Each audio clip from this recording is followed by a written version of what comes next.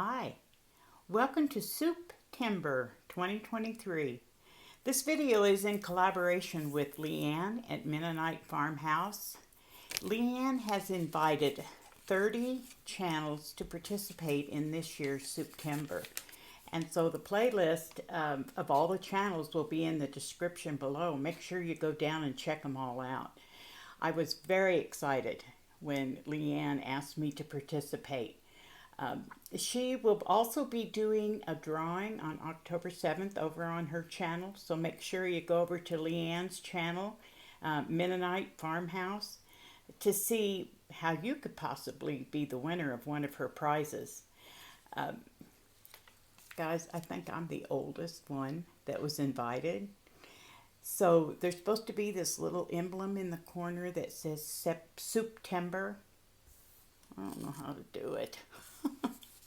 I'm going to be making vegetable beef stew using the food that we have raised here on our farm. So let's get started, and thank you so much, Leanne. As many of you know, we raise our own beef. I made a roast here a while back, and what do you do with leftover roast? So what I'm going to do with this is can up a bunch of vegetable beef soup. You can see lots of ingredients back here. Let's get started. The first thing I'm going to do, this is the meat drippings from the roast. I'm going to heat this up, and also I'm going to add to it this jar of canned tomatoes. I shouldn't tell you what I did, but I want to share my mistakes too. I was canning tomatoes the other day, and at the same time I had so many projects going on. I got ready to put the tomatoes in the pressure canner. Couldn't figure out why this one didn't seal. I didn't tighten the ring down on the lid. I put the lid on, I set the ring on, went on to do something else, and when I came back, or when I pulled it out of the canner, I realized what I had done. Oh well, things happen.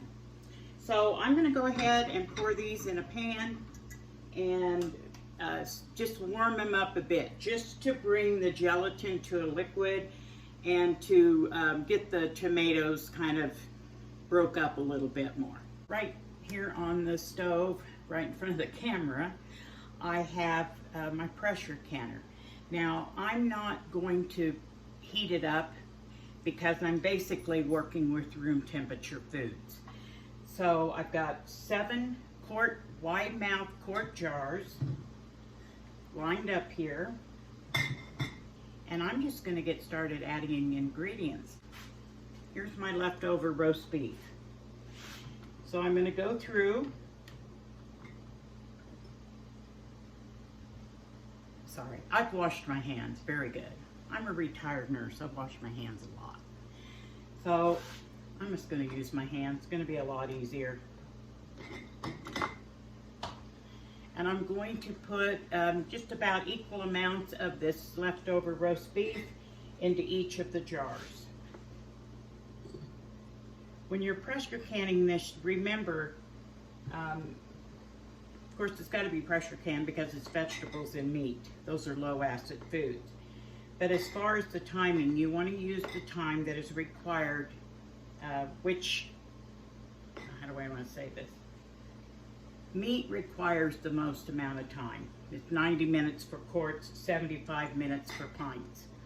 I'm doing all quarts, and so I'll be doing this for 90 minutes. You want to use the time that is the longest. Which product requires the longest amount. I'm going to get all this beef divvied up. This is how much meat ended up in each of the jars. So I like to dehydrate a lot of my foods.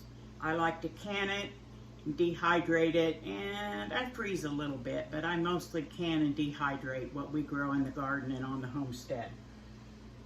So here's my dehydrated corn,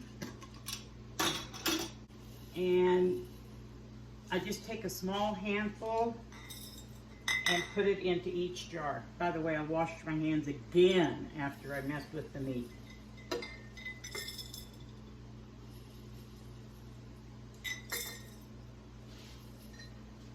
All right, I've added the corn.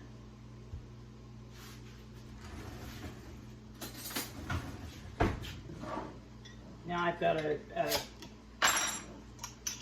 jar of dehydrated diced carrots.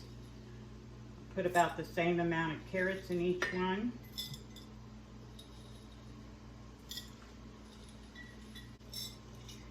I suppose if I were to guess, I've probably got about 1/4 of a cup of these vegetables that I'm putting in. Okay, here's the dehydrated peas. And again, these I just buy frozen peas at the grocery store and dehydrate them. Dehydrating frozen food is the easiest. You just bring it home from the store, open up the bag, dehydrate it. Same amount of peas, just a small handful.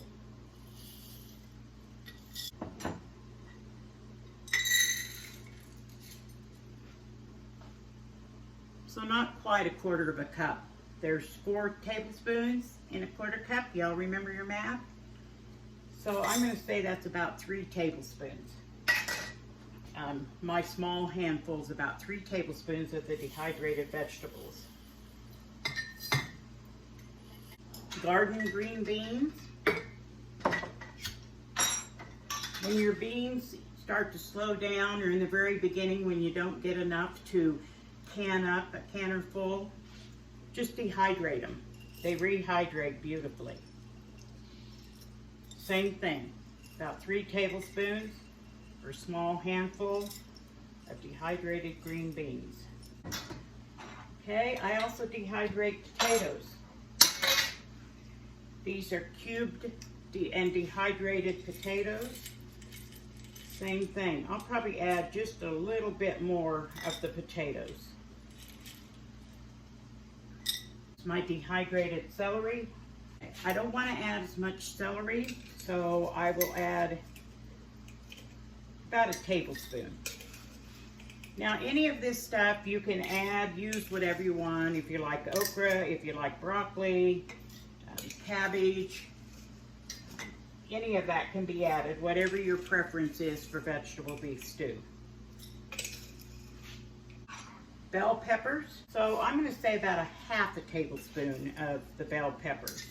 I just want a few. Some people don't like peppers. I like them because it just gives more color to your stew. And dehydrated garlic. This is only going to be a pinch. What do we call that? A 3-finger pinch? Just a few, just a little bit of flavor. You can always add anything when you're heating it up. And my dehydrated onions. I'll add 1 tablespoon of those.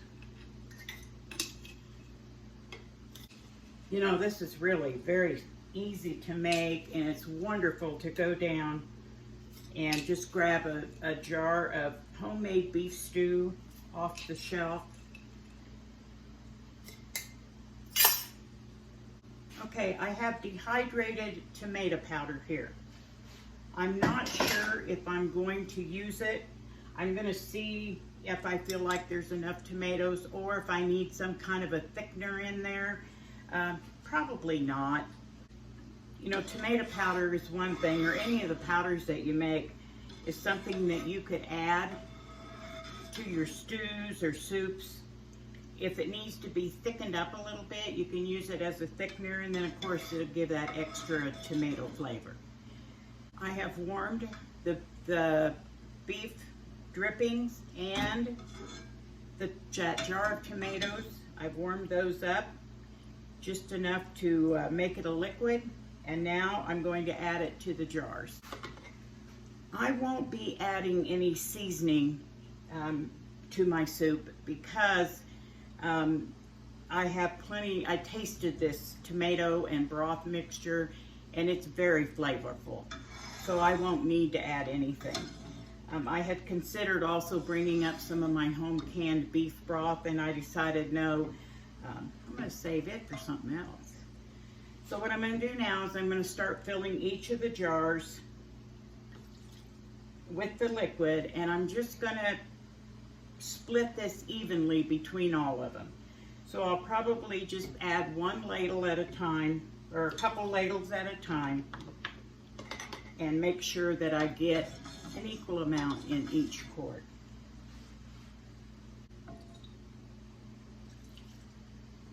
Oh, I thought I would show you before I get all the liquid put in.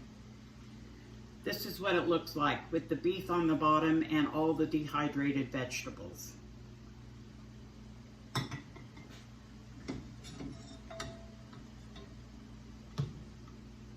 Okay, I have the broth and canned tomato mixture added. This is what it looks like so far. I'm now just going to add warm water up to the bottom ring, 1 inch from the top of the jar. Because remember, all these vegetables need plenty of liquid to rehydrate. And then after I get these full, I'll show you what I've got. I don't know about you, but that just looks so pretty to me. Okay, just like anything else you want to go in and debubble. I've got all my jars filled with the water. I'm going to debubble everything right now. You kind of just get an assembly line thing going here, and it doesn't take long at all to put this together. I've topped off my jars with water after I debubbled everything. Now I'm going to take a damp cloth and wipe around the rims of each of the jars. The reason for this is you're cleaning off the rim of the jars to make sure there's no food or any other thing there that might impede getting a seal from the lid. So I'll clean these good. And at the same time, I'm checking to make sure there's no chips or cracks in the jar and along the lid. If you have a little chip of glass, you just need to get rid of that jar or use it for something else other than canning, because you're not going to get a good seal. And when you put all this work into canning your foods, you want to make sure you have a good seal. I have wiped the rims of my jars, and I'm going to go along and put my lids on. Okay, I got the lids on all of my jars. This time I'm going to remember to tighten the lid down. When you tighten your ring on, you tighten it finger tight. And then into the canner they're going to go. Okay guys, I've got 7 quarts in my pressure canner. This is an All-American. I've got a little bit of olive oil on this paper towel. I'm just going to go around the inside here. All-Americans do not require a rubber seal, so these guys will last forever. It's a good heirloom. And then also on the lid, go around the rim of the lid, where the metal meets the metal. Also at the same time, you want to look through your vent holes. Where is it? Right there. Just want to make sure that you can see light, that everything's clear, it's not plugged with food. There is a notch on the side of the canner itself and an arrow on the lid. Line those two up, twist it into place. And then you bring these up. Naturally, I can't remember what they're called. Wing nuts. You bring the wing nuts up. Too close to the microwave. Bring the wing nuts up. You don't tighten them down. You just kind of get them in place. And you do it crisscross. After you get all 6 of them up, then you go around and you tighten it. Okay, I've got my heat on high, and when this starts to vent, it's going to vent a steady stream of steam for 10 minutes. After it's done venting, then I will put my weight on. For my altitude, it's 15 pounds, and I'll put that on there. So when I get ready to put my weight on, I'll come back. Okay, it's vented a steady stream of steam for 10 minutes now, and I'm going to put the weight on. And then I'll be watching this gauge. When it gets up about 12, 13 pounds, this will start to jiggle. And then I need to set the heat underneath the canner. And once I've got it set to where it stays steady at that, then I start my timing. Since I've got meat, that is the one that takes the longest to can of everything that I put in there. It'll be for 90 minutes. So it's 90 minutes for the quarts, and if you do pints, it's 75. So I'm probably gonna go ahead and let it do its thing. And when it's all done and I get them out of the canner, then I'll come back and show you the finished product. Okay, the 90 minutes are up, and I just shut the canner off, and now it's got to set here until it is cool. And it's best if you can wait until it's cool enough to touch. Don't move it. Don't try to force it to cool down faster. Just leave it set and do it on its own. There you go. Soup in the pantry for those cold winter days. Thanks, guys, and we'll see you later.